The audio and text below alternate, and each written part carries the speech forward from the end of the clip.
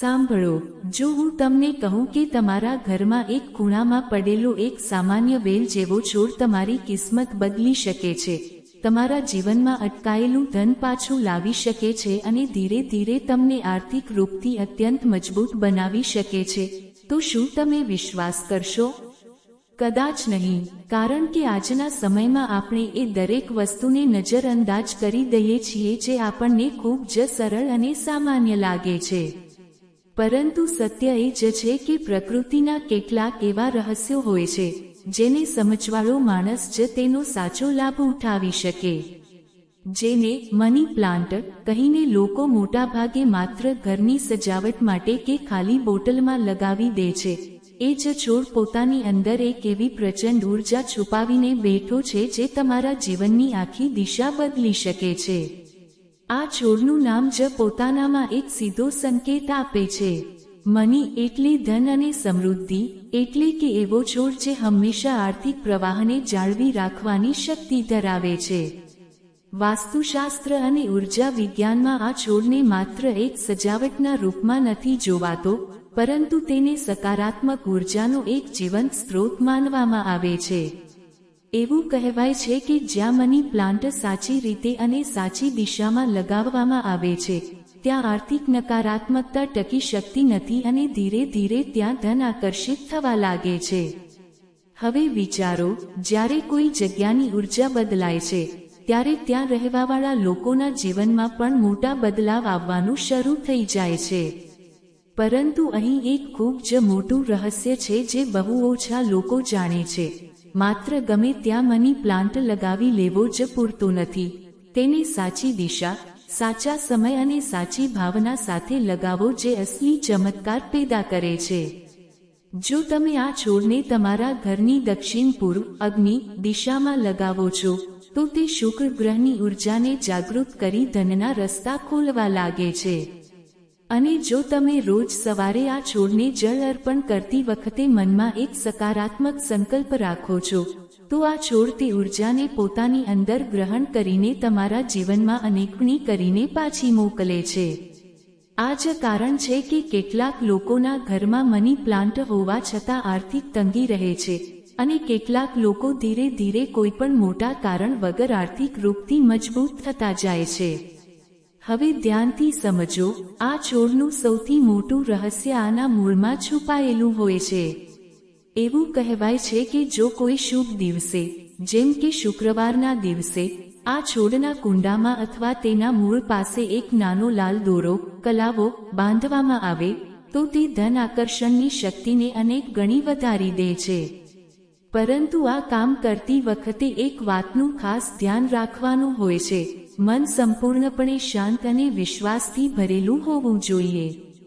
કારણ કે આ માત્ર એક સામાન્ય ક્રિયા નથી, આ બ્રહ્માંડ સાથે એક ઉર્જાની આપ-લે છે. હવે એક બીજી ગુપ્ત વાત, જો તમને ક્યાંય પણ કોઈનો મની પ્લાન્ટ ખૂબ જ લીલોછમ અને વિકસતો દેખાઈ જાય, તો તેને નજરઅંદાજ ન કરતા. જો શક્ય હોય તો ત્યાંથી એક નાની ડાળખી માંગીને પોતાના ઘરે લાવીને સાચી વિધિથી લગાવો. તે તમારા માટે એક નવો રસ્તો ખોલી શકે છે.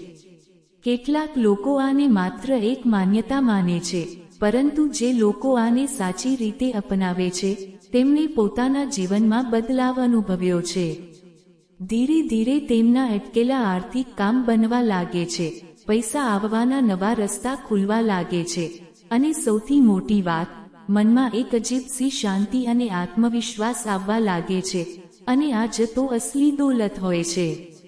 હવે જો તમે સાચે જ ઈચ્છો છો કે તમારા જીવનમાં પણ બદલાવ આવે, તો આ વેલને હળવાશથી ન લેતા. કારણ કે ક્યારેક સૌથી મોટા ચમત્કાર સૌથી સામાન્ય દેખાતી વસ્તુઓમાં છુપાયેલા હોય છે. પરંતુ હજી વાર્તા ખતમ નથી થઈ, કારણ કે મની પ્લાન્ટ સાથે જોડાયેલું એક એવું રહસ્ય હજી બાકી છે જે ખૂબ જ ઓછા લોકોને ખબર છે. અને જો તમે તેને સમજી લીધું, તો તમારા જીવનમાં ધનનો પ્રવાહ રોકાવો મુશ્કેલ થઈ જશે. મોટા ભાગના લોકો શું કરે છે? નર્સરીમાંથી લાવીને મૂકી દે છે અને બસ પાણી આપ્યા કરે છે. પરંતુ તે પછી પણ તેમના જીવનમાં કોઈ ખાસ બદલાવ આવતો નથી. કેમ? કારણ કે તેમણે એ સૌથી જરૂરી નિયમને સમજ્યો જ નથી. મની પ્લાન્ટ માત્ર માટી, પાણી અને તડકાથી નથી ચાલતો, આ ચાલે છે તમારી ઉર્જાથી. અને સૌથી વધારે અસર પડે છે એ માણસની ઉર્જાથી જેને તેને લગાવી રહ્યો છે. હવે વિચારો, જો કોઈ વ્યક્તિ આ છોડને માત્ર દેખાડા માટે લગાવી રહ્યો છે અથવા મનમાં શંકા રાખીને લગાવી રહ્યો છે કે આનાથી શું થશે, તો શું આ છોડ તેના માટે કામ કરશે? નહીં. એટલા માટે સૌથી પહેલો નિયમ છે, જ્યારે પણ તમે આ છોડને પોતાના ઘરે લાવો, તેને લગાવતા પહેલા પોતાના મનને સાફ કરો. એક શાંત જગ્યાએ બેસો, આંખો બંધ કરો અને પોતાના મનમાં એક સ્પષ્ટ સંકલ્પ લો કે હું મારા જીવનમાં સુખ, શાંતિ અને વિપુલ ધનનું સ્વાગત કરું છું. હવે જ્યારે તમે આ ભાવના સાથે છોડ લગાવો છો, ત્યારે આ છોડ તમારી તે ઉર્જાને પોતાની અંદર પકડી લેશે અને પછી ધીરે ધીરે એ જ ઉર્જાને તમારા જીવનમાં પાછી લાવવાનું શરૂ કરી દેશે. હવે આવે છે બીજું સૌથી મોટું રહસ્ય, મની પ્લાન્ટના પાંદડા.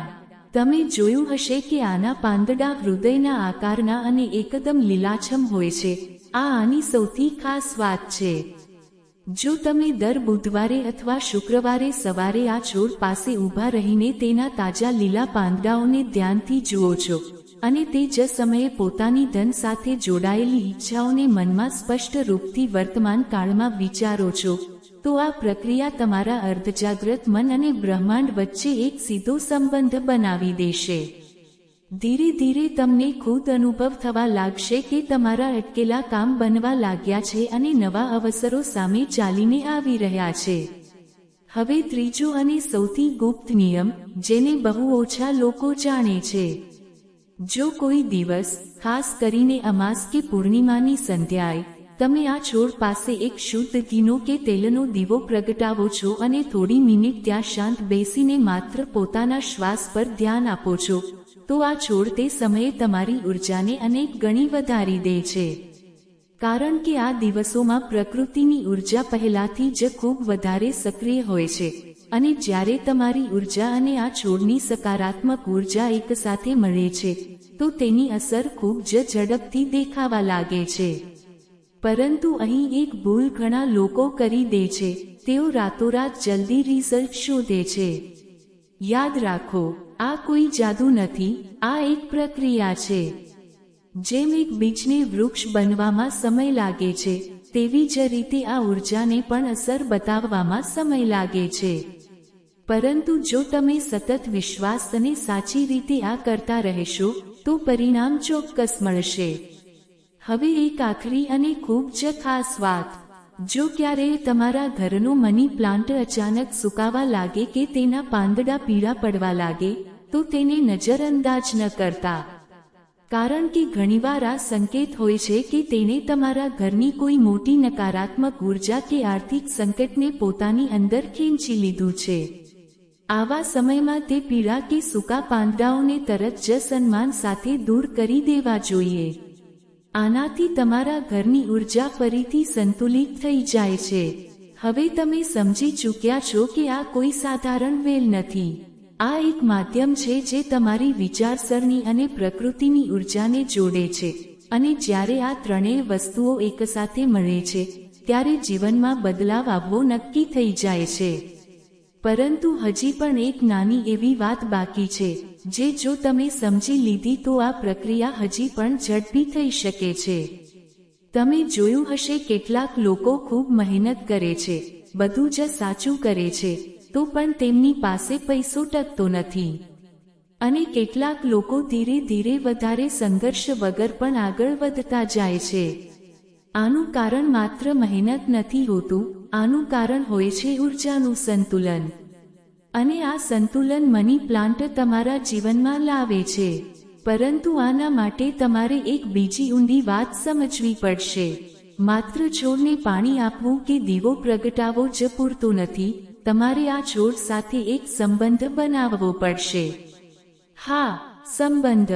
હવે તમે વિચારી રહ્યા હશો, એક છોડ સાથે સંબંધ કેવી રીતે? પરંતુ આ જ તો અસલી વાત છે.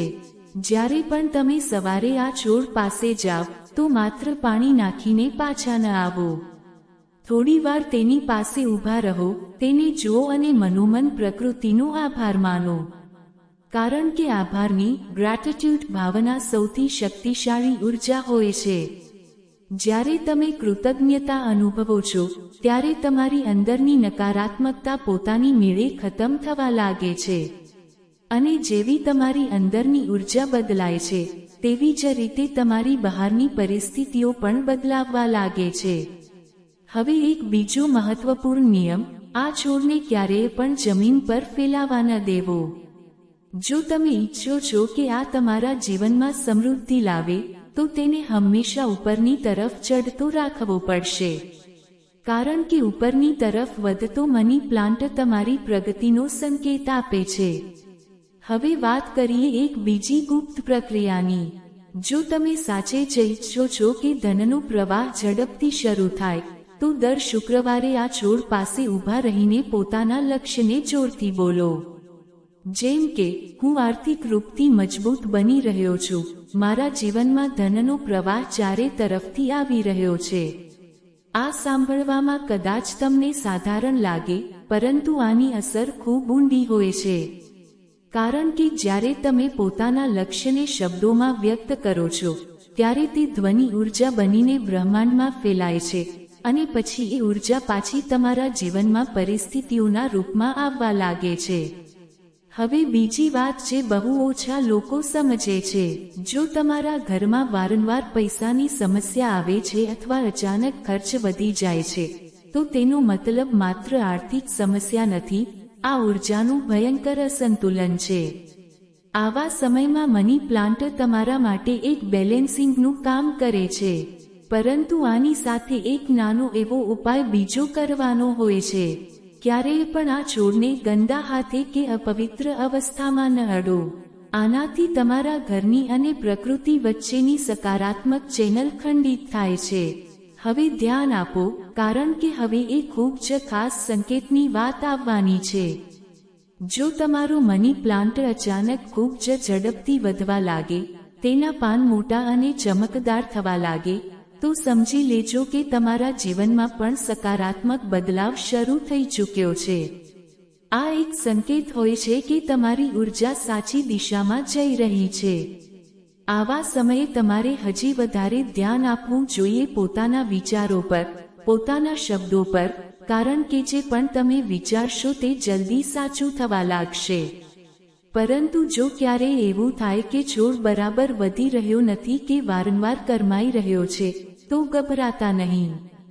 આનો મતલબ છે કે તમારી આસપાસની ઉર્જાને હજી વધારે સંતુલનની જરૂર છે. આવા સમયમાં તમારે પોતાની આદતો પર ધ્યાન આપવું પડશે. ઘરમાં ઝઘડો, નકારાત્મક વાતો કે વધારે તણાવ, આ બધું તે ઉર્જાને પ્રભાવિત કરે છે, જેનાથી છોડની શક્તિ પણ કમજોર થઈ જાય છે. હવે એક બીજી ઊંડી વાત, મની પ્લાન્ટ માત્ર ધન જ નહીં પરંતુ માનસિક શાંતિ પણ આપે છે.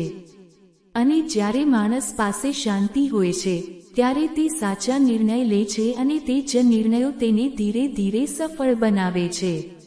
એટલા માટે આ છોડને માત્ર પૈસા છાપવાના મશીન તરીકે ન જુઓ, પરંતુ એક જીવંત સાથીની જેમ જુઓ જે તમારા જીવનને સંતુલિત કરી રહ્યો છે. અને જેમ જેમ તમારું મન શાંત થશે, તમારી વિચારસરણી સાફ થશે, તેમ તેમ તમારા જીવનમાં સાચા અવસર આવવા લાગશે. પરંતુ હજી પણ એક અંતિમ અને સૌથી શક્તિશાળી વાત બાકી છે, જે જો તમે સમજી લીધી તો આ આખી પ્રક્રિયા અનેક ગણી ઝડપથી કામ કરવા લાગશે. મની પ્લાન્ટ પોતાનામાં કોઈ જાદુ નથી કરતો, તે માત્ર એક માધ્યમ છે, એક સાધન છે જે તમારી અંદરની ઉર્જાને મેગ્નિફાય કરે છે. હવે વિચારો, જો તમારી અંદર ડર, શંકા અને નકારાત્મક વિચારો ભરેલા છે, તો આ છોડ તે વસ્તુઓને પણ વધારી દેશે. અને જો તમારી અંદર વિશ્વાસ, સ્પષ્ટતા અને સકારાત્મક વિચાર છે, તો એ જ વસ્તુઓ અનેક ગણી થઈને તમારા જીવનમાં પાછી આવશે. આ જ કારણ છે કે કેટલાક લોકો કહે છે કે આનાથી બધું થાય છે અને કેટલાક લોકો કહે છે કે આનાથી કંઈ નથી થતું. અસલી ફરક છોડમાં નહીં, માણસની વિચારસરણીમાં હોય છે. હવે ખૂબ જ જરૂરી સમજ. ધન માત્ર એક કાગળ કે સિક્કો નથી, આ એક પરિણામ છે. પરિણામ છે તમારી વિચારસરણીનું, તમારા ઘનશ્યોનું અને તમારી આદતોનું. જો તમે માત્ર છોડ લગાવીને એવી અપેક્ષા રાખી રહ્યા છો કે કંઈ પણ મહેનત કર્યા વગર કે આદતો બદલ્યા વગર આકાશમાંથી પૈસા પડવા લાગશે, તો આ અધૂરી સમજ છે. પરંતુ જો તમે આ છોડને એક સંકેત માનીને પોતાના જીવનમાં અનુશાસન લાવો છો, પોતાના ખર્ચાઓને કંટ્રોલ કરો છો, સાચા નિર્ણયો લો છો અને સતત આગળ વધો છો, તો આ છોડ તે આખી પ્રક્રિયાને અદૃશ્ય રીતે સપોર્ટ કરે છે. આ તમને દરેક દિવસે યાદ અપાવે છે કે તમારે પોતાના લક્ષ્ય તરફ કઈ રીતે વધવાનું છે. હવે એક બીજી ઊંડી વાત. જ્યારે તમે રોજ આ છોડ પાસે જાવ છો, તેને પાણી આપો છો, તેની સંભાળ લો છો, ત્યારે તમે પોતાના મગજને એક ચોક્કસ દિશા આપી રહ્યા હોવ છો.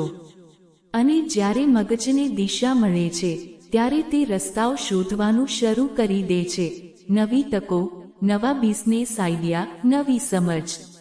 અને આ જ વસ્તુઓ ધીરે ધીરે તમને આર્થિક રૂપથી શક્તિશાળી બનાવે છે. હવે આને ધ્યાનથી સમજો. કોઈ પણ છોડ, કોઈ પણ ઉપાય તમને સીધા હાથમાં પૈસા નથી આપતો. તે તો તમને અંદરથી એવો માણસ બનાવે છે જે પૈસાને આકર્ષિત કરી શકે અને તેને સાચવી શકે. આ જ અસલી ચમત્કાર છે. મની પ્લાન્ટ તમને અનુશાસન શીખવે છે, નિયમિતતા અને ધીરજ શીખવે છે. અને જ્યારે આ વસ્તુઓ કોઈ માણસના ચરિત્રમાં આવી જાય છે, ત્યારે તેને સફળ થવાથી કોઈ શક્તિ નથી રોકી શકતી. હવે આખરી સંકેત. જો તમે આખી વાતને માત્ર એક વાયરલ ટોટકો સમજીને સાંભળી છે, તો આની અસર સીમિત રહેશે. પરંતુ જો તમે આને એક વૈજ્ઞાનિક અને આધ્યાત્મિક પ્રક્રિયા, એક બદલાવની શરૂઆતના રૂપમાં સમજી છે, તો આ જ નાની એવી શરૂઆત તમને ખૂબ આગળ સુધી લઈ જઈ શકે છે. એટલા માટે જો તમારા ઘરમાં મની પ્લાન્ટ છે, તો તેને માત્ર ખૂણાની સજાવટ ન સમજતા, તેને એક તક સમજો, ખુદને બદલવાની, પોતાના જીવનને નવી દિશા આપવાની. અને જ્યારે તમે આ વિચાર સાથે આગળ વધશો, તો ધીરે ધીરે તમને ખુદ અનુભવ થશે કે બદલાવ માત્ર કુંડાના છોડમાં નહીં, તમારી અંદર થઈ રહ્યો છે. આ છોડ તમને દરરોજ યાદ અપાવે છે કે જો તમે નિયમિત રહો, સકારાત્મક વિચારો અને સાચા કદમ ઉઠાવો, તો તમારા જીવનમાં ધન, શાંતિ અને સ્થિરતા કાયમ માટે રહી શકે છે. હવે નિર્ણય સંપૂર્ણપણે તમારા હાથમાં છે. તમે આને માત્ર એક વિડિયો સમજીને ભૂલી જશો કે પછી આ વાતોને અપનાવીને પોતાના જીવનમાં સાચો બદલાવ લાવવાની શરૂઆત કરશો? કારણ કે સત્ય આ જ છે, તકો દરેકના દરવાજે દસ્તક આપે છે, પરંતુ તેને ઓળખી તે જ શકે છે જે અંદરથી તૈયાર હોય છે. હવે જો તમે સાચે જ પોતાના જીવનમાં આર્થિક અને માનસિક બદલાવ લાવવા માટે તૈયાર છો, તો કમેન્ટમાં અત્યારે જ લખો મની પ્લાન્ટ. અને આવી જ રહસ્યમય, ઊંડી અને કામની વાતો જાણતા રહેવા માટે ચેનલને સબસ્ક્રાઇબ જરૂર કરો.